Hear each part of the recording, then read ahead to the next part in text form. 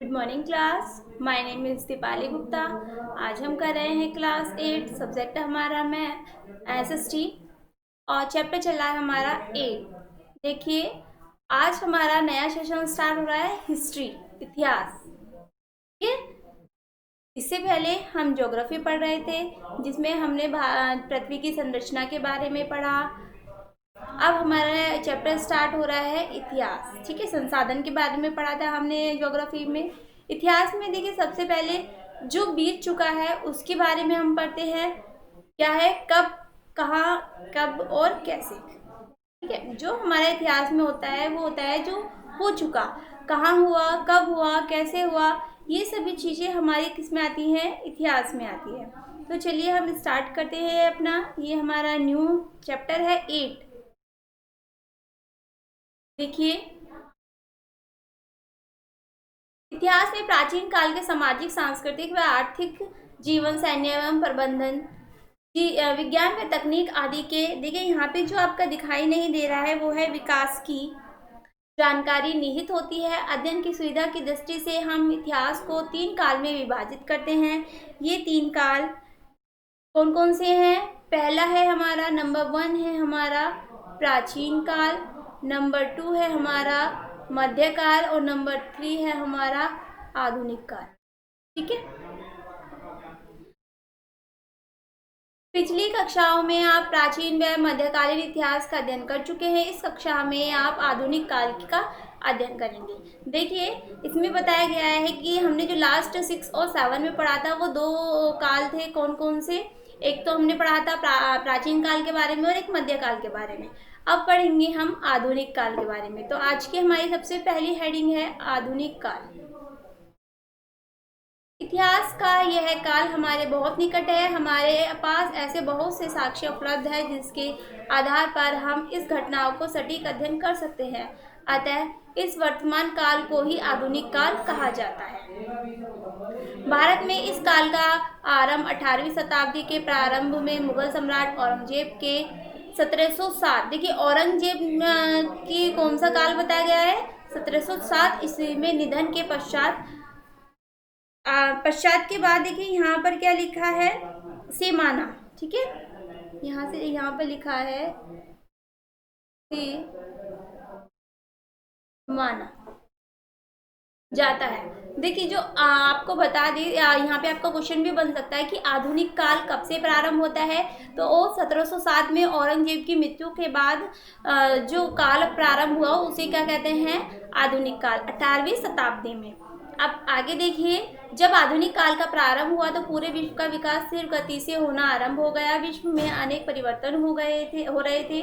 भारत भी इस काल में तीव्र विकास का साक्षी रहा है। इस काल विचारों एवं उनके क्रियान्वयन में नवीन विकास का साक्ष्य बना। लोग नवीन प्रतिपादित पाश्चात्य विचारों के संपर्क में आने से स्वतंत्रता, उदारता एवं एकता के महत्व को समझने लगे थे।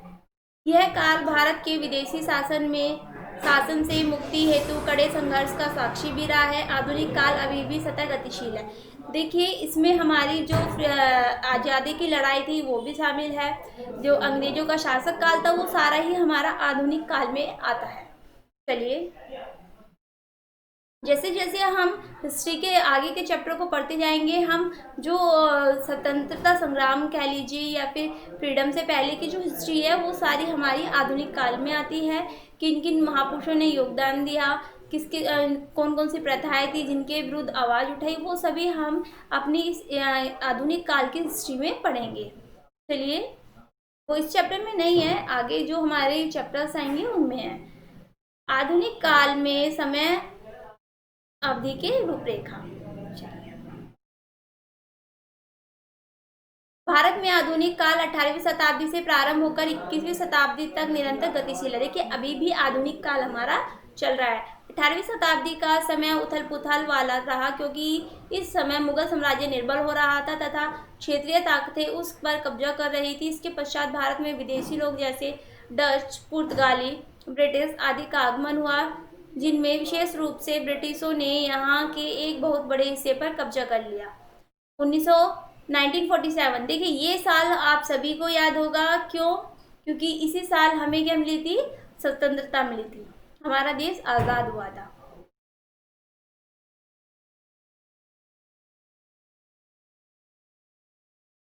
देखिए यहाँ पे जो वर्ड है, ये इस जगह ये है तक। 1940 ईस्वी तक राज्य किया, क्योंकि उसके बाद उसी ईयर में हमें फ्रीडम मिल गया था। यह काल किसी इसलिए भी उथल पुथल का रहा क्योंकि इन लोगों ने हर तरह से भारतीयों का शोषण किया। इन्होंने हमारे प्राचीन, क्या है यहाँ, प्राचीन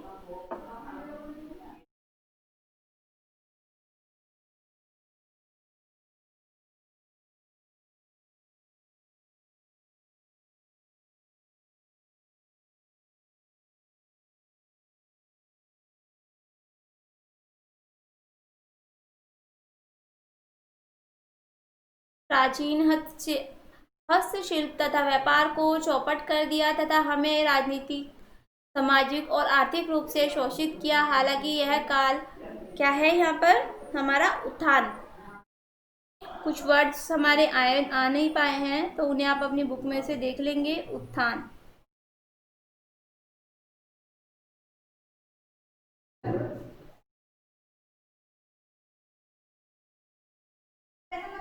उत्थान का भी समय था। इस समय ही रेल प्रचलन में आई, सेना को आधुनिकीकरण हुआ तथा शासन व्यवस्था में गुणात्मक परिवर्तन हुए। नेक्स्ट आता है हमारे जानकारी के स्रोत। ठीक है, नेक्स्ट क्या है हमारा, जानकारी के स्रोत।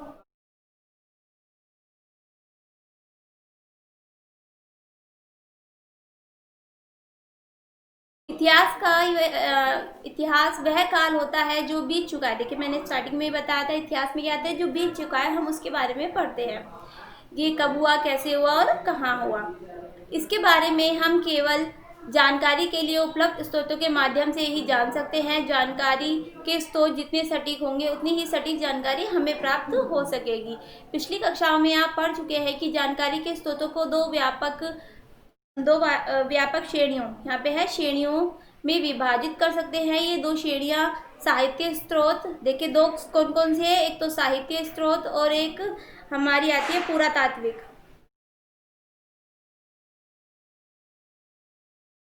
पुरातात्विक स्रोत है। जानकारी के इन दोनों स्रोतों के माध्यम से साहित्यकार इतिहास के पूर्ण निर्धारण का प्रयास करते हैं। वास्तव में इन दोनों स्रोतों में सामंजस्य बहुत महत्वपूर्ण है, क्योंकि प्रत्येक इतिहासकार इनकी विवेचना अपने ढंग से करता है। इसी कारण इतिहास के, यहाँ पर क्या आ रहा है हमारा, कौन सा वर्ड है, इतिहास। इतिहास के विषय में उनकी अवधारणा में भी भिन्नता की संभावना नहीं है। अब आता है साहित्यिक स्रोत।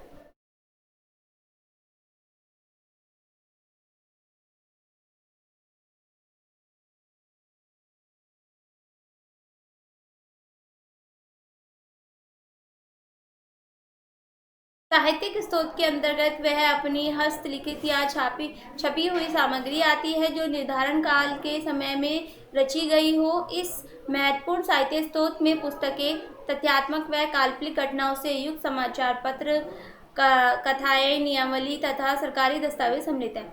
देखिए किसी भी चीज़ के बारे में हमें जानकारी कैसे मिलती है, जैसे आपने देखा होगा कहीं पर खुदाई होती है तो कुछ पुराने अवशेष मिलते हैं, या जो पुराने लोग होते हैं एक कहानी की तरह हम बच्चों को सुनाना स्टार्ट कर देते हैं, जिसे हम सुनते सुनते हमें उसके बारे में कुछ जानकारी मिलती रहती है। या फिर कुछ घटनाएं, कुछ तथ्य हमें जब प्राप्त होते हैं तो उसी के अकॉर्डिंग हम क्या कहते हैं, इतिहास को समझते हैं और उसे कल्पना करते हैं कि ये इस तरीके से हुआ होगा। कुछ के साक्ष्य हैं, जैसे जैसे आपने देखा होगा जो स्वतंत्रता का युद्ध हुआ था, हम लोगों ने तो नहीं देखा लेकिन कुछ लोग होंगे जिन्होंने देखा होगा और हमें बताया होगा। तो वही चीज़ हम दूसरों को बताते हैं, तो कुछ चीज़ के साक्ष्य हम बनते चले जाते हैं। और कुछ जो साक्ष्य, जैसे आपने देखा होगा इमारतें हैं या कुछ ऐसे चीज़ें होती है जिसको हमें बताते हैं कि इस तरीके से ये घटना कुछ हुई होगी। अब आती है पुस्तकें। पुस्तकें एक महत्वपूर्ण योगदान निभाती है, इतिहास के लिए भी और अन्य चीज़ों के लिए भी। इससे हमें अनेक प्रकार की जानकारी मिलती है जो हमारे ज्ञान को बढ़ाती हैं। देखिए, शिक्षा के प्रसार के साथ अनेक लोगों ने लेखन कार्य किया तथा तथ्यात्मक भी था जो और काल्पनिक भी था। देखिए, जो पुस्तकें होती है कुछ आपने देखा होगा किसी की जीवन पे संबंधित होती है, कुछ काल्पनिक होती है, जैसे स्टोरीज वगैरह, और कुछ जो तथ्यात्मक, मतलब कि इस तरीके से स्टोरी पुस्तकें लिखनी जब प्रारंभ की तो लोगों को साक्ष्य मिलने लगे और इतिहास को समझने में उन्हें ज़्यादा सुविधा होने लगी। गद्य में भी था और पद में भी था। गद्य और पद आप अच्छे से जानते हो, ये आपके हिंदी में आते हैं। पुस्तकें किसी काल विशेष के इतिहास की जानकारी तथा उसके निर्धारण के लिए एक महत्वपूर्ण एवं विश्वास स्रोत है। इस काल के लिए उपलब्ध पुस्तकें विभिन्न विषयों तथा चिकित्सा, तकनीक, अभियांत्रिकी, गणित, साहित्य, इतिहास, संगीत, नृत्य, नाट्यकाल इत्यादि पर आधारित है। इनमें से महत्वपूर्ण पुस्तकों में कथा साहित्य, प्रेमचंद द्वारा रचित कहानियां एवं उपन्यास आदि, तथ्यात्मक साहित्य, गांधी जी की आत्मकथा आदि तथा यात्रा वेदांत है। अब नेक्स्ट आता है हमारा समाचार पत्र एवं पत्रिकाएं। देखिए, आपको पता होगा जैसे न्यूज़पेपर आपके घर पे आता है तो हर न्यूज़पेपर की एक कॉपी समाचार पत्र, मतलब कि सेव करके भी रखी जाती है। जैसे अगर आप ढूंढोगे, नेट पे भी आजकल ये सुविधा मिल जाती है कि आप कितना भी पुराना न्यूज़पेपर उस डेट का अगर आप डालोगे तो आप पढ़ सकते हो। तो ये चीज़, ये भी एक साक्ष्य है कि उस टाइम पे कुछ इस तरीके से घटना हुई थी, जिसका साक्ष्य कौन बना? समाचार पत्र। ये न्यूज़पेपर में ये वाली चीज़ हमारी हाईलाइट की गई थी उस टाइम पर। छपाई यंत्रों के विकास के कारण इस काल में अंग्रेजी भाषा एवं अन्य भारतीय भाषाओं के निर्धारण के समाचार पत्र एवं पत्रिकाएं इतिहास के लिए एक महत्वपूर्ण स्रोत साबित हुए। इन स्रोतों के माध्यम से इस काल में मध्य घटित हुई घटनाओं का विस्तृत विवरण प्राप्त हुआ। अब नेक्स्ट है हमारा विविध एवं तथा सरकारी दस्तावेज।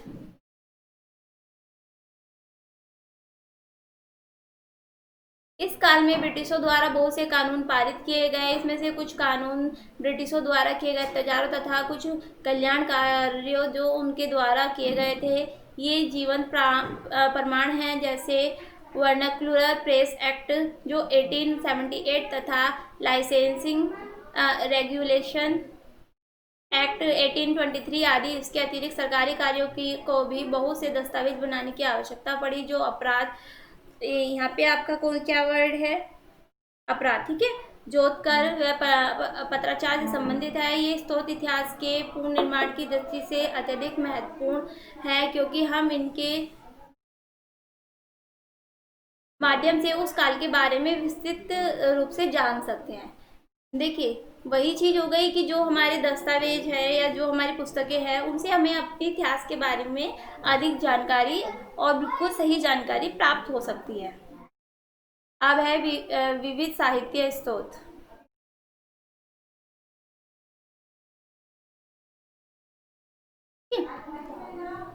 इस समय के लोगों द्वारा किए गए व्यक्तिगत समाचार भी सूचना के मुख्य स्रोत थे। समाचार पत्र जो जवाहरलाल नेहरू द्वारा किए जाते थे, पत्राचार, ठीक है, सॉरी, क्या है? पत्राचार जो जवाहरलाल नेहरू द्वारा किए जाते थे। अन्य मुख्य स्रोत में फिल्में हैं जो इस समय तथा उस समय के लोगों का चित्रण प्रस्तुत करते हैं। कुछ संस्थाओं द्वारा व्यवस्थित किए गए पत्राचार तथा दस्तावेज जैसे अखिल भारतीय कांग्रेस समुदाय इतिहास के पुनर्निर्माण के उपयुक्त रूप से के रूप में अत्यधिक महत्वपूर्ण है। देखिए, आपने देखा होगा जो हमारी कुछ मूवीज होती हैं, पुरानी मूवी हमें बताती है कि उस समय का कल्चर क्या था, उस समय का जो लोगों के रहने का तरीका था वो क्या था।